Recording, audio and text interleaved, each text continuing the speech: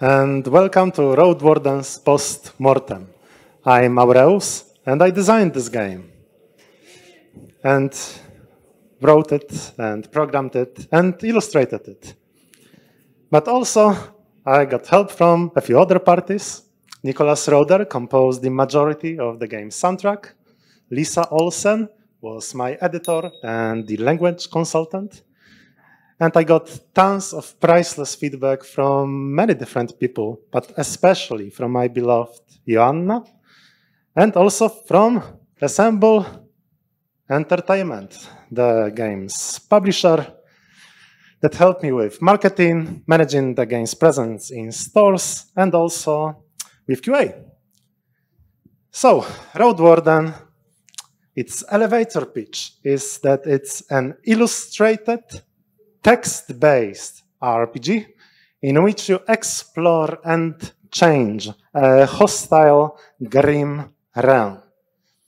And as you can tell from the first half of this description, is that it's probably not a game that would ask for a major budget or that would try to mimic some WA RPG landscape of video games. In actuality, my game looks like this. And there is no need to show you any sort of gameplay footage or an exciting trailer that would put it in better light.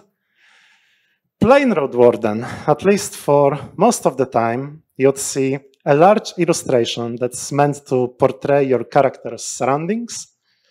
On the other side of the screen, you'd see a few interface buttons as well as some icons that portray your character stats, such as the hit points or the armor points. But the core of the game is in the center. This block of text that can be long, can be very short, and to move forward your playthrough, usually you have to select one of the either icons or text buttons that are presented at the bottom of this middle section. Those can describe the actions that are available to you. Those can be simple dialogue lines that describe what you want to say to an NPC. But other than what you see here, there are also some other menus that also are mainly composed of text. The journal that keeps track of the quests that are available to you. There is a world map that allows you to travel, some items that can be used directly from your inventory, and a few other menus that allow you, for example, to spend your coins or to decide how do you want to spend the night as a character. But in general, no matter what you'd like to do in Roadwarden, you've got to read. It may take you 12, 20, 25 hours to complete your playthrough, but it's still a reading game. And I was flattered that the game has received some attention from a few media outlets and got a few nominations or awards from the English-speaking juries or from Poland. But at the same time, Roadwarden was a commercial success. It sold more than 150,000 copies mainly on Steam, and also on Steam, its reviews are labeled as overwhelmingly positive. And I think that games like Roadwarden are worth talking about. And you could, for example, assume that maybe I was lucky, that there was an influencer who played the game at launch and mimified it into existence. Or maybe that, let's say, I hit just this perfect opportunity with the scheduled release and so on. But there have been other games like Roadwarden, or at least such that try to do a similar thing. And I'd like to tell you a bit what I think this similar thing is. I'd like to tell you about this broader landscape of text-heavy, narrative-oriented games that have, in recent years, pretty much been trying to address a new target audience that previously has been on the niche of video game scene. After that, I'd like to tell you about my mindset, my approach that was guiding me as I was working on Roadwarden, this pyramid of design, my general design philosophy for this project. And since I'm still a beginner, some could say an amateur. I made many mistakes working on this game.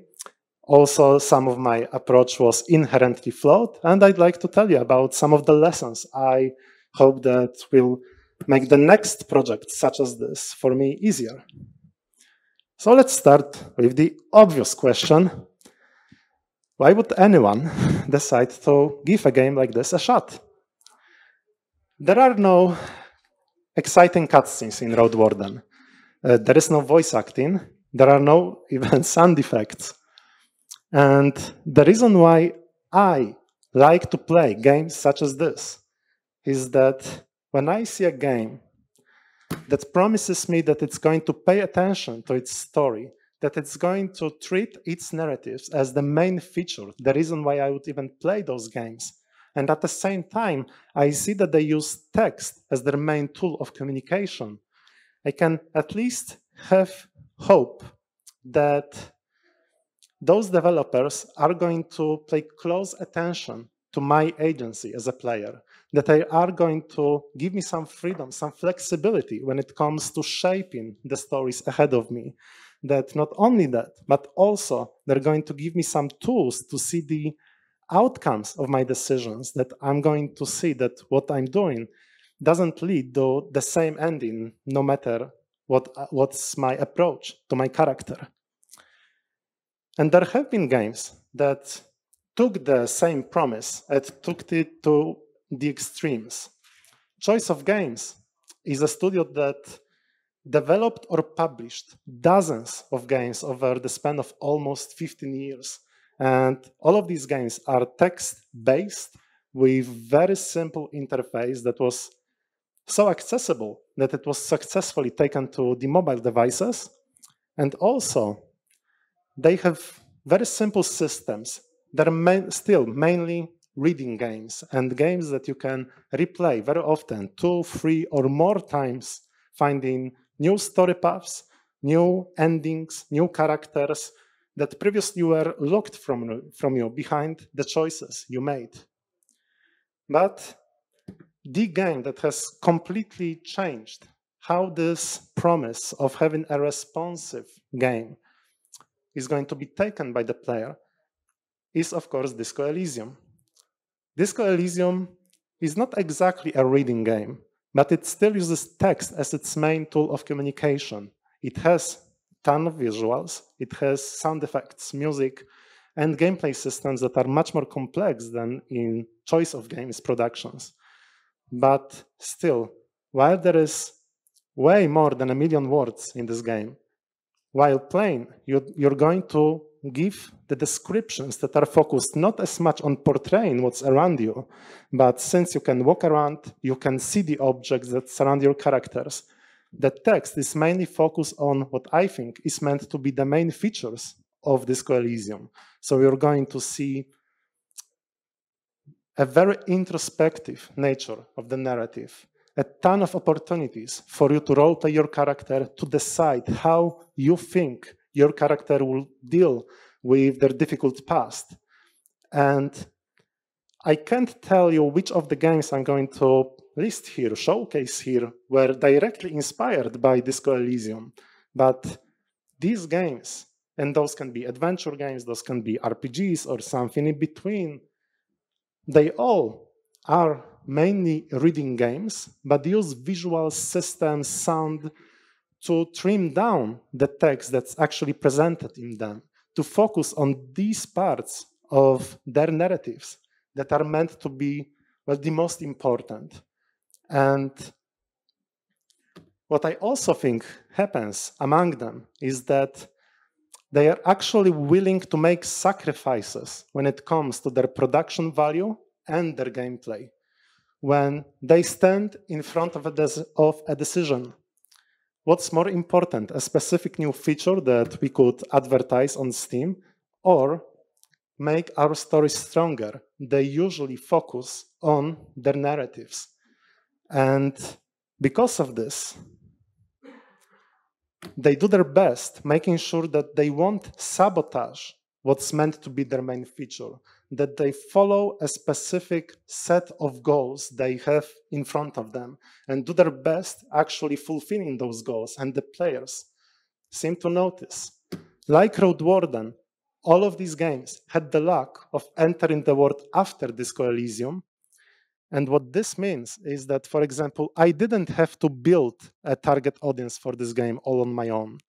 What you could see is that many people would play Disco Elysium, then jump to Serbrante, from Serbrante to Roadwarden, and then to Citizen Sleeper, and so on. Those games, the same games, are going to be promoted in Twitter threads, on Reddit, and I think people can see that these games, while each of them is very unique, they don't share many, for example, mechanics in common. They all have very distinctive visual art style. At the same time, they all seem to be focused not just on their narratives, but on making those narratives responsive in unique, meaningful ways. But back in 2018, yes, because that's when I was working on the first design document for Roadwarden.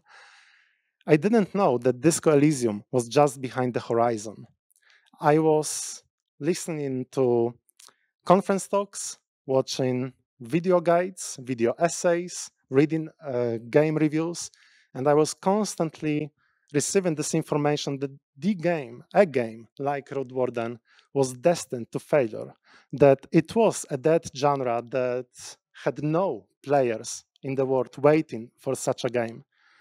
So I needed to have a strong sense of direction in front of me and some artistic vision that would guide me throughout this development process, when most of what I had were the inspirations from the past, like the first Fallout game, or Morrowind, or Baldur's Gate, or Planescape Torment, of course, and from more modern games, for example, the first Pillars of Eternity. But other than that, not much help, not many sources telling you, for example, how to construct a game like Planescape Torment. So what I started with was deciding what would be the main goals for this untitled yet project. So what I really wanted it to be, what were its themes. So either the narratives I wanted to express, or more commonly so, to explore, and the tools I either had to use because of the budgetary limits and my skill issues as the developer, or I decided they would be the best methods of communication to actually pursue those goals and themes. And deciding what were the goals for this project was very easy for me, because it was a great dream of mine to work on a project like this. I wanted this game to be inspired by what I love the most about RPGs, but focusing only on these chunks that I care about the most. So I wanted to keep the stories in the center and actually see that they make meaningful outcomes as I play, that when the player makes some decisions, that the game actually reflects these decisions back on them, and that when the player tries to roleplay, they can see that the game takes into consideration how they perceive the world around them. And I didn't want to pad out the game with the stuff that I would personally see as the unessential for this game. So I didn't want to, for example, add some gameplay loops that would keep the player lost in padding, in violence, in things that wouldn't add much to those stories. I wanted to keep this game humble, short, sweet, and focus on those parts that I would personally see as the good stuff. But since I wanted to introduce a ton of stories, I wanted those stories to actually keep me engaged as I was writing them. And this means that I wanted to focus on people, and on people that I would see as someone who I could actually feel attached to, and maybe not some sort of princess who lost her kingdom because there has been an invasion where the ancient gods have been struggling because of their prehistorical grudge and so on and so on. Instead, I wanted to focus on the farmers, for example, or the small merchants, artisans, the mayors of little villages and their daily struggles. And whenever I was meant to introduce any sort of action scenes and combat encounters, I wanted those events to actually add something to the game's atmosphere. I didn't want the player to feel as if they play two different games constantly entwined with each other, where you have one set of interface, for example, for a conversation, and another interface for combat. I wanted the game feel as if it's one cohesive experience. Selecting the game's themes, however, wasn't as easy or as obvious for me. And that's because, for me, any sort of creative outlet isn't meant to be something that I use to tell people how I want them to feel or how I want them to think. Making art for me is an exploration, especially exploration of the things I don't know how to feel about, but have been bothering me for years.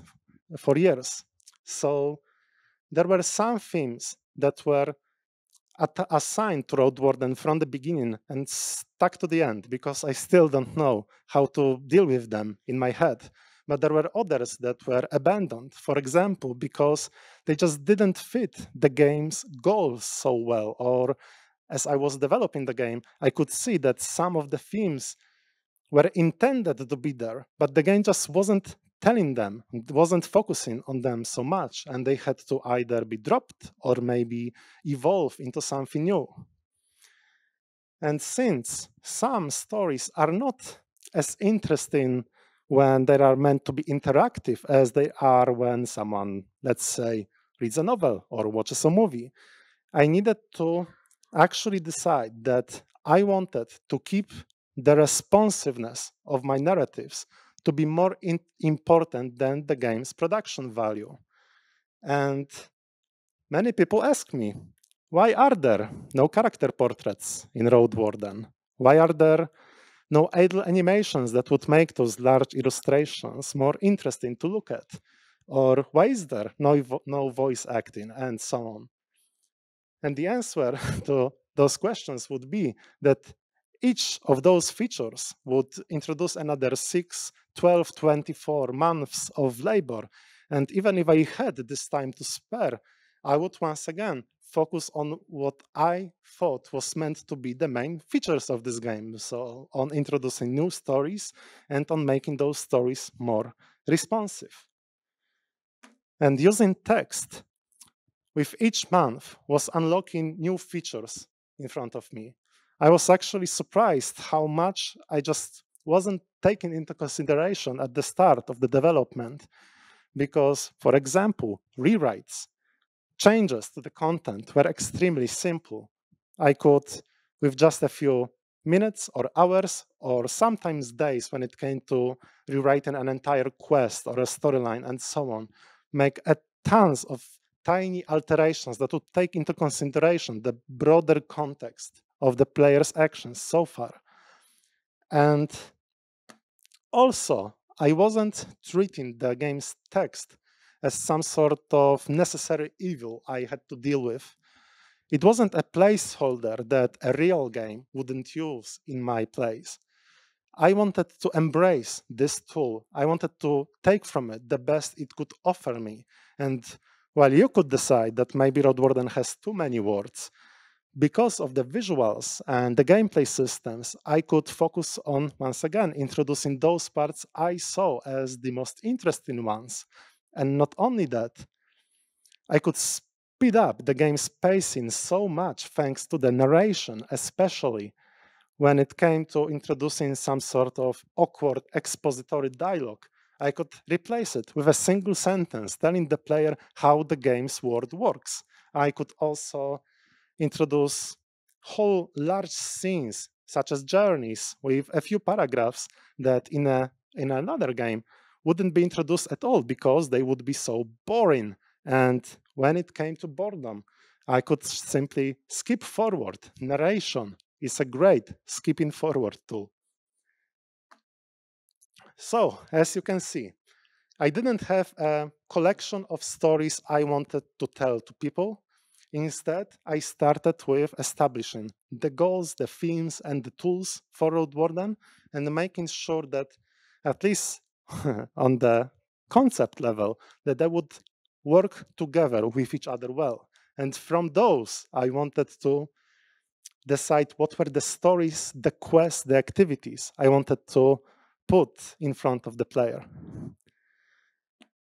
And having a set of themes was especially a valuable tool for me because not only I could look at a specific theme and start to think, is it well represented in the game? Does the game actually try to support this theme? But what's even more important is that I could introduce some ideas, start to ponder on them, and then see if those ideas actually fit those themes. Because having limitless possibilities isn't at all as important and valuable as having some healthy set of constraints you can put around your ideas. And whenever there were whole story arcs that were just cut because they weren't working well with this game. And I really like to refer to the game's fantasy setting as an example, because the world of Viaticum has been a part of my life since 2009. And I had a specific goal that was meant to focus on the contents of my game. It's a project that's this fantasy setting and the tabletop game attached to it. They've been in my drawer for this entire time. And I didn't want to use Roadwarden as some sort of marketing tool that would be make this project more attractive to the publishers. I wanted to focus on keeping the game's story stronger. And since my obsessions have manifested both in the setting and in the game, it was a good background, but it wasn't the perfect match for Roadwarden. So I changed parts of this world. I updated them. I omitted them in the game's descriptions because some of the lore wasn't essential. I made so many updates and I don't regret any of them.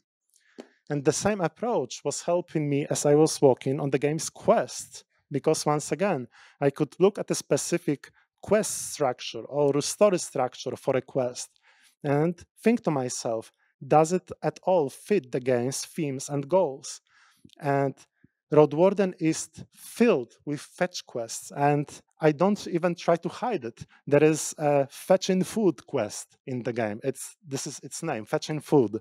And there are quests that were purposefully designed in a way that was meant to present them as extremely annoying and difficult to complete without offering much rewards to the player. But if you were to read the Steam reviews for Roadwarden, people don't seem to care that much because these quests seem both fitting for the game's world, because it makes sense that the game's protagonist would be asked to do those chores, and it makes sense why the people who live there will actually ask for help in this regard. But at the same time, completing these quests makes some additional rewards attached to telling you more about the way the people live in those specific villages, how the game's lore connects specific communities together and makes them deal with their daily struggles as a group. And so people feel rewarded by completing this quest. They don't see them as a way to waste their time to make the game longer. And as you probably noticed, I haven't mentioned the gameplay at all yet. And that's because I did everything I could to avoid introducing gameplay at all. Um, I was obsessed with keeping the game simple, with keeping it focused on its stories. And whenever I decided that one of the game's narratives is lacking in quality because it actually suffers from its simplicity, that's when I was introducing new systems. When, for example, I could see that by keeping the player away from optimizing their playthrough, from giving some sort of visible true gameplay outcomes to their journey, I was keeping them away from the satisfactions that were attached to my stories. Um, I decided I need to add some small layers of complexity to this project. And at the start of development, it was very difficult to label the Roadwarden's genre. So, for example, people were going as far as calling it a visual novel. And for the first 2 years, I was calling it an adventure game. And I like to think that Roadwarden became an RPG because I was pretty much reinventing the same solutions to the same ideas, same problems as other RPGs have. So, one of the last features introduced to Roadwarden was the character sheet. And I didn't introduce it because I wanted my game to be more like other RPGs, and other RPGs have character sheets, so I need one.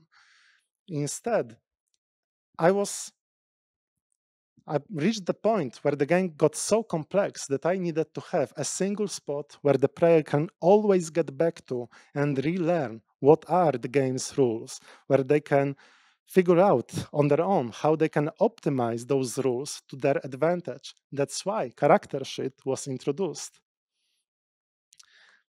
And I have this very romantic idea that with time, every chunk of my design would work well with all the others, that they would all inspire each other, where, the game's goals would inspire me to introduce specific stories, and those stories would end up to having the reflection in the art style, and I would introduce new systems to make those stories even stronger. And by introducing those systems, I would have new tools to make those systems easier to navigate through. And by introducing new tools, I would have new storytelling capabilities, so I could revisit the themes, and from themes go once again to the goals, and from goals start to once again revisiting the stories and the systems.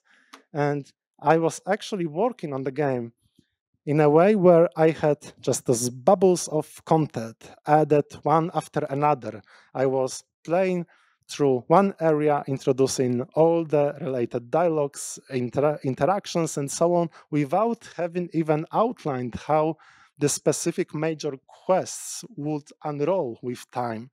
I could, for example, some could call those mystery boxes, but I was just spreading around those teasing ideas, what could be found in the later parts of the game.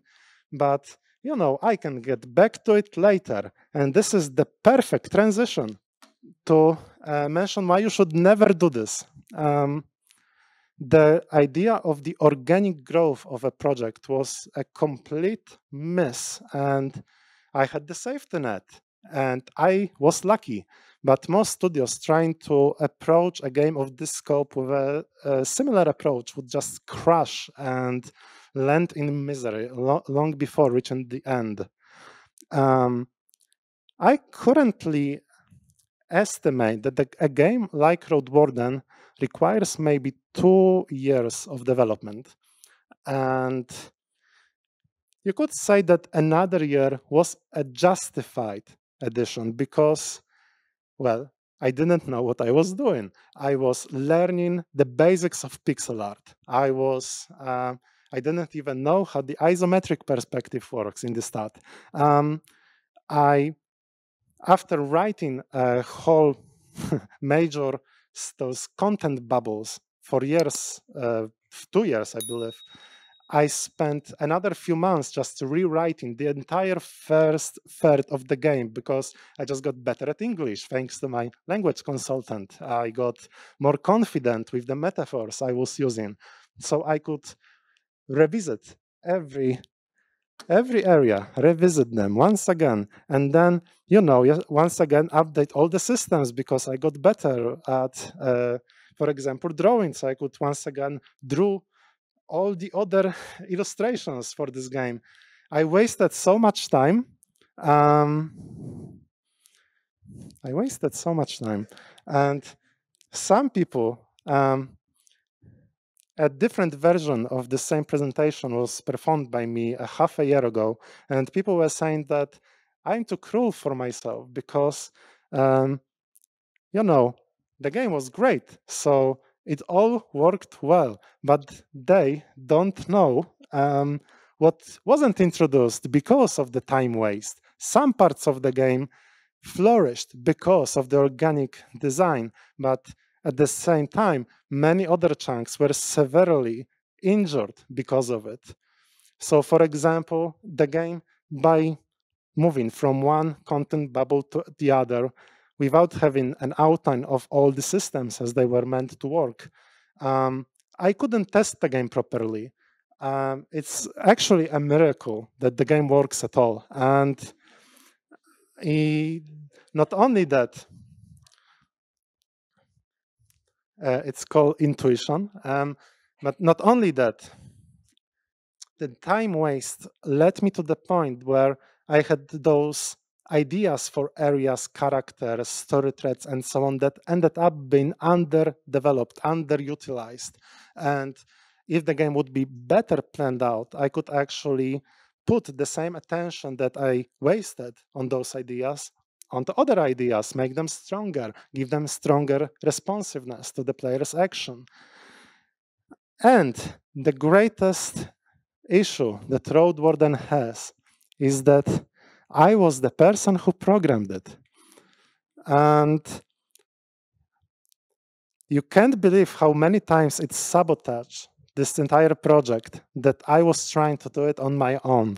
And possibly you could say that, well, I didn't have enough budget to actually hire someone else. So without my work hours, the game would never come to fruition. But at the same time, the game will be never translated to other languages because I just broke the default RenPy. Can you tell this is made in RenPy? Does anyone know what RenPy is?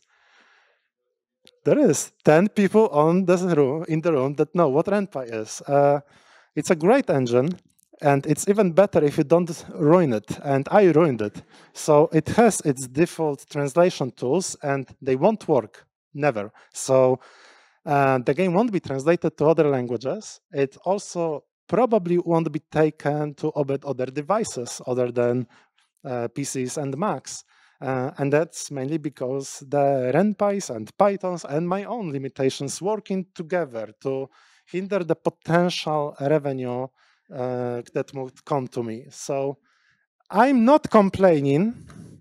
I'm actually very happy with the way it all ended up being because thanks to the financial security that Roadwarden provided me with, I was able to spend another 3 months working on the anniversary patch that was released a month ago. For example, I introduced a new large quest that allows me to bring more attention to some of the characters I felt were especially wounded by my approach. Not only that, I could fix a few bugs and issues and adjust some of the more infamous parts of the game that were simply not working as I was hoping they could, but testing and so. I spent more than a month working on the new epilogue for the game. Why did it take more than a month? Because the old epilogue took more than a month, and I wanted this one to be as good and as high effort as the old one. And I also updated the old one because it was not as good as the new one. Anyway, my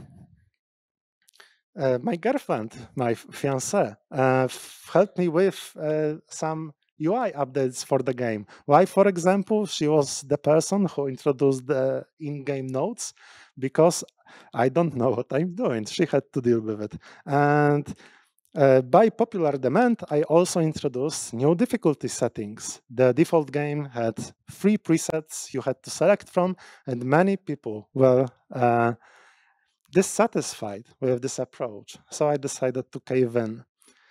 And I blame my own decisions when it comes to this organic growth idea. It should never be attempted. It brings some advantages, but it's too dangerous. Don't do it.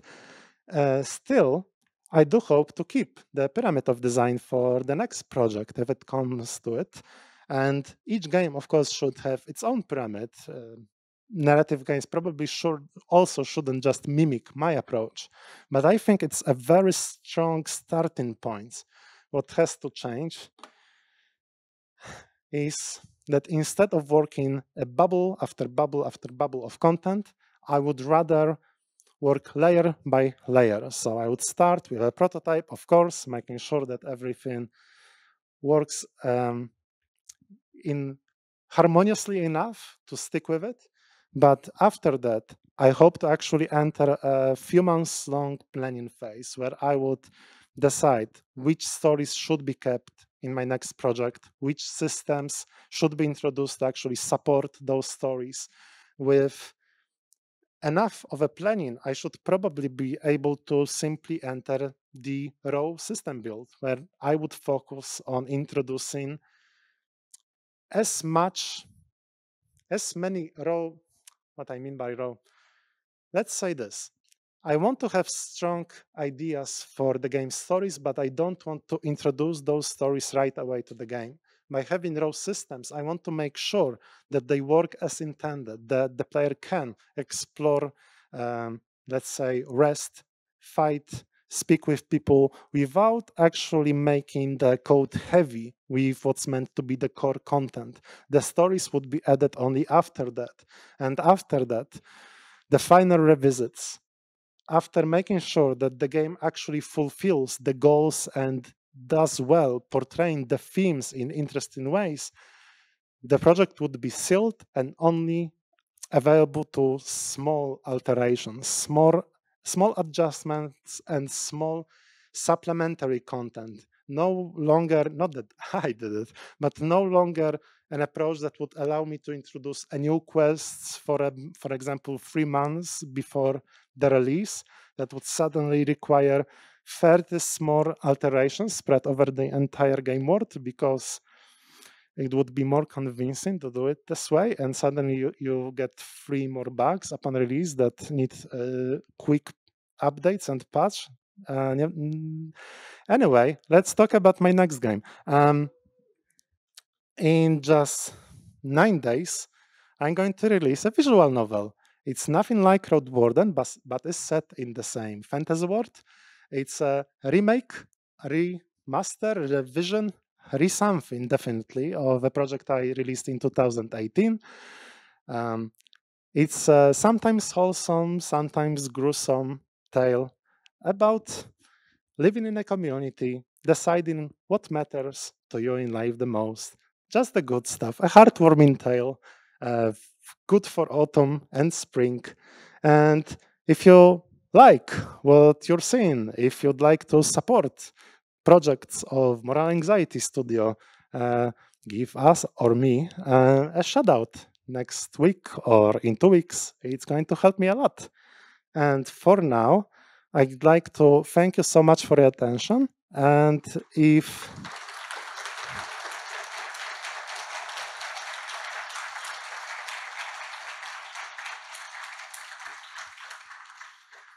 when I was practicing this talk, it was taking me about 60 minutes, and now we have 20 minutes to spare. So if there are any questions that would make the organizers feel like I didn't waste their time, it would be very helpful. But after each questions, we need to wait for the organizers to actually bring you a microphone. So let's start maybe there, very close to the console.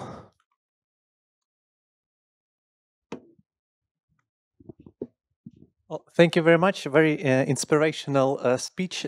I actually have 2 questions. So, because like my game is sort of also a mix of visual novel and an interactive quest. So first one, do you think such a game, I mean, exactly this Roadwarden, would you be successful launching on your own without a publisher? And the second, or yeah, if you...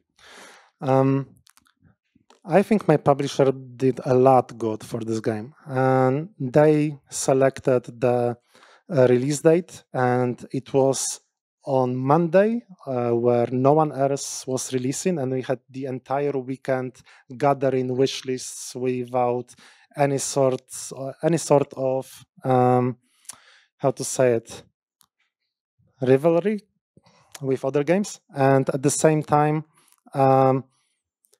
I recommend you to watch Roadwarden's release trailer. I think it's fantastic because in various games you can see that the gameplay that's not especially remarkable is hidden behind some exciting pieces of cinematics.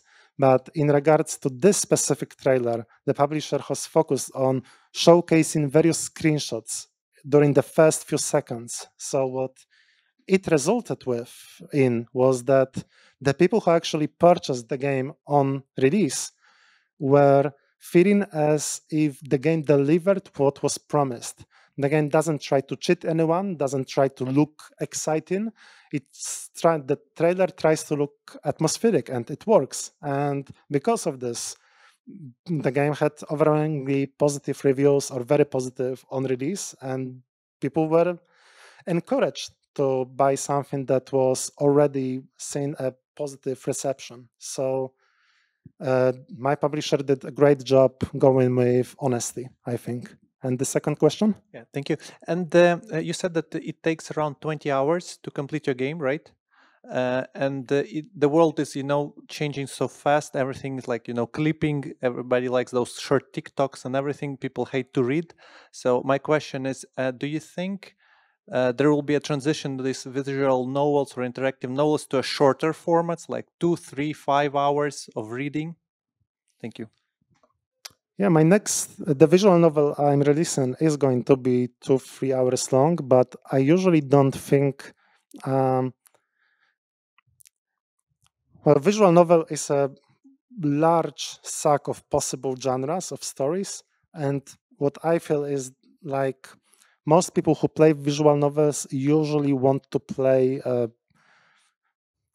games with sexual content, let's say, and those can be set in many different types of words, but I wouldn't say that the people who enjoy most visual novels would, for example, like my visual novel, because it doesn't address the same itch they have as they reach for other games. I don't think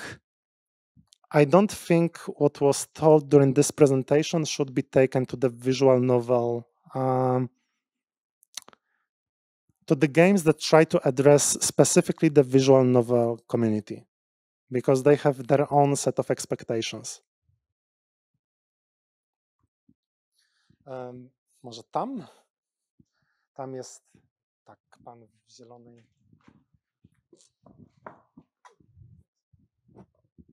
Hi, Hi. Thank you for the postmortem. I must say I've never played your game and I didn't even know about it, but after hearing you talk, it's definitely my cup of tea.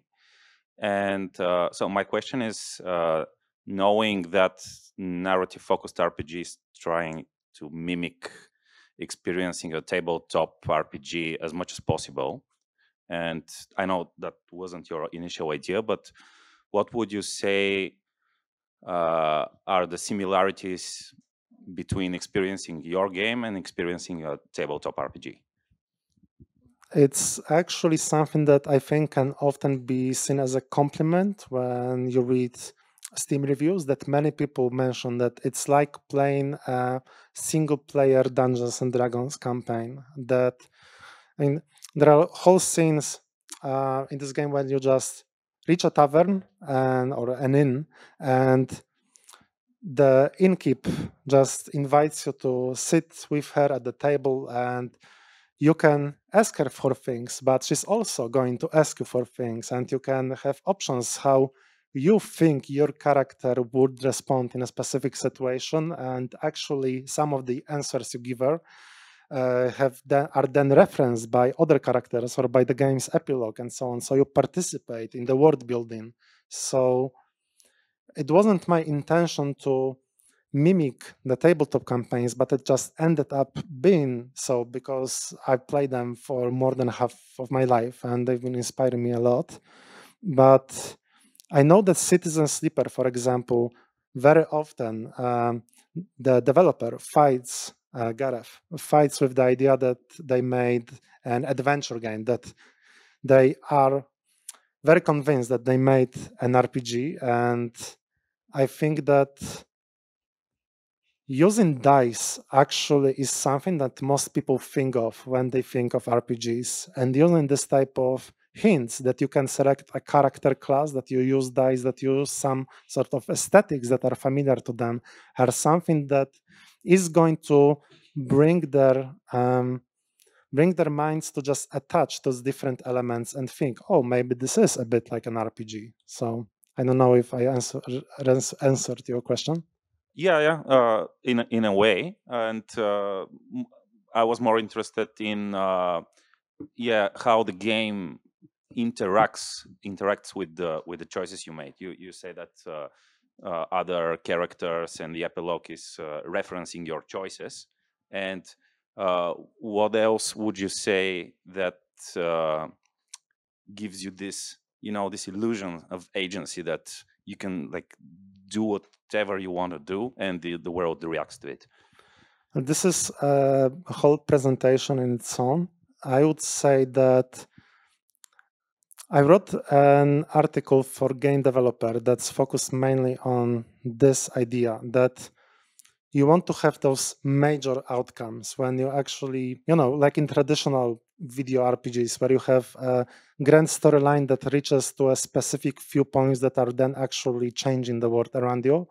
But I think it's very valuable to add the spice of very small responsiveness to the game, where the player makes small choices and is then surprised that you actually remember them, but you don't remember everything. You just pay close attention to actually bring to the table as much as you can physically. But the more often you do this, the stronger the illusion gets, but it's always an illusion. And if the player isn't willing to accept that it's an illusion, that's on them. But by making those tiny suggestions that you actually keep track of everything, this is what I think is adding the most to the illusion. The fact that, oh, the game reflects my actions back on me even outside of those grand narratives. This is where I think lies the key to the secret. Thanks.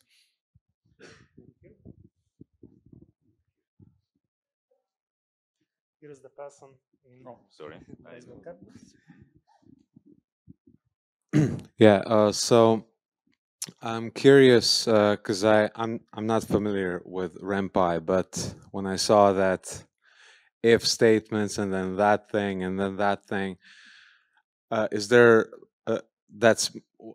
I have two questions. I have also a follow up on that, but is that like something that you can actually see in the like somewhere in the interface, or did you have to have like a separate spreadsheet with all the different conditionals that would spread out in the decision tree?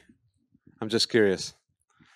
Are you suggesting I'm not very good at organizing my work? In RenPy, the assumption is that you just have singular variables and booleans to check that then branch out to, for example, different files. So I was just too ambitious, and this is why it looks like it looks. Yeah, so it was like that, right? So you had to basically, does that mean that you had to keep it in your head, all the different choices? I'm sorry if I'm... No, but I don't know why it worked. I think that playing tabletop campaigns made me into a bit of a savant where I just have a very strong memory for pointless stories. And so I was just, sometimes I could get lost in a crowd of quests and storylines and then just take a look at the variable names and, for example, see where those specific variables are referenced to over this all the game's files, and it helped me enough that this is what this is all about, and I could go with this. Okay, so and then the follow up with that question. So you mentioned that there were the that the game would remember about the choices that the player made, and I'm just curious if you had like a rule of how to do that, because like usually in these types of games there's like a sentence in the beginning of the response where the character then says, oh, by the way, I remember that you stole my cat, but then all the rest of it is the same. Was it like that, or how did it function? That's difficult.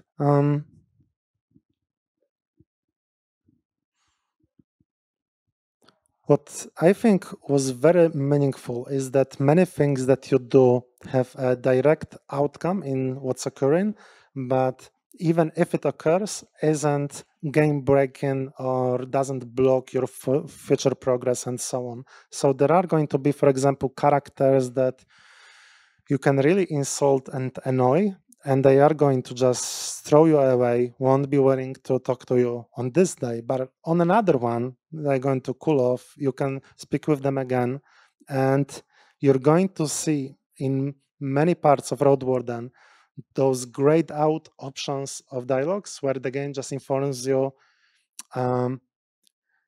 they don't trust you enough to help you with this. And you can approach a character that you know you've been arguing with a lot, or that has told you they don't like you because you did something. It usually don't look like this, but for example, and then you can see that, all right, I have 10 dialogue options and 5 of them are grayed out because they are tied to specific quests and storylines I'm involved with. And it also gives you this illusion that, the game does pay closer attention than I thought to what I'm doing.